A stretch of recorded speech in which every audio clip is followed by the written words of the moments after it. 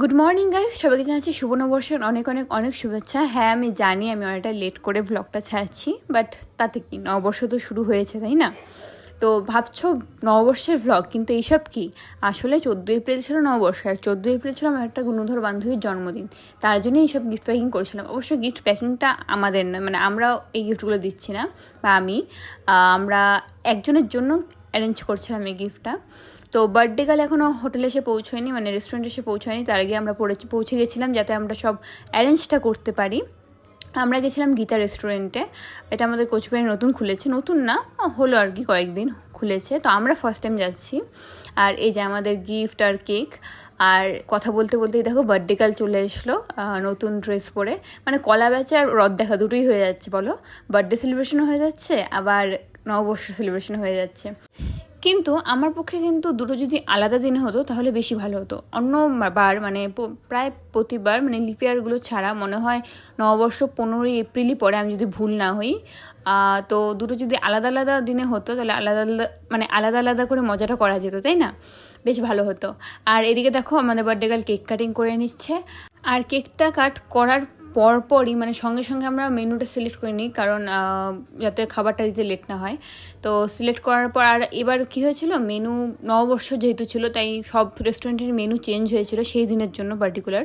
তো হ্যাঁ, তারপরে এই দেখো বার্থডে গার্ল আমাদের ওই যে বক্সটা আমরা তৈরি করলাম সেটা ওপেন করছে। এখানে সব ওর পছন্দের জিনিসপত্রই ছিল।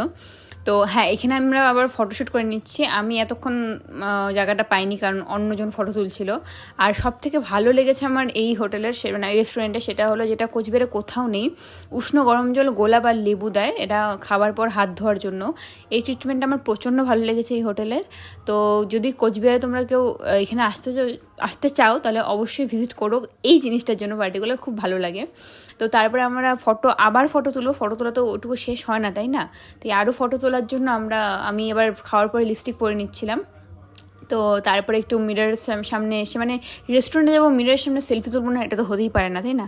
তো দিনটা এইভাবেই কাটলো। আর তারপরে সন্ধ্যেবেলা আমরা একটু বেরিয়ে পড়েছিলাম সাগরদিঘি ভ্রমণ করতে। কিন্তু ওখানে গিয়ে বাপ রে বাপ কী অবস্থা, কত ভিড় তোমরা বিশ্বাস করতে পারবে না। শুধু সাগরদিঘি না, মদনবাড়ির মানে পুরো কোচবিহারেই যেসব জায়গা ঘোরার জায়গা না, সেই সব জায়গায় প্রচণ্ড ভিড় ছিল। এই যে দেখো, তোমরা নিজেই দেখে নাও। তো হ্যাঁ, তখন আর বেশি কিছু খাইনি, ফুচকা আর আইসক্রিমটা খেয়েই চলে এসেছিলাম বাড়ি, কারণ প্রচণ্ড গরম লাগছিল। আর আজকে আমার এই দুটো আউটফিট তোমাদের কেমন লাগলো সেটা আমি কমেন্ট করে জানাতে একদমই কিন্তু ভুলো না। তো এই দেখো, এখন আমরা আইসক্রিম খাচ্ছি। যা গরম পড়েছে, আইসক্রিম না খেলে তো বাঁচবই না, বাপরে বাপ। তারপর আমরা একটু মদনবাড়ির দিকে গেলাম হাঁটতে হাঁটতেই, ওখান থেকে আমরা সোজা বাড়ি চলে এলাম। আর সময় নষ্ট করলাম না এই ভিড়ের মধ্যে গরমে। তোমাদের আমাদের ব্লগটা কেমন লাগলো সেটা আমি কমেন্ট করে জানাতে একদমই ভুলো না।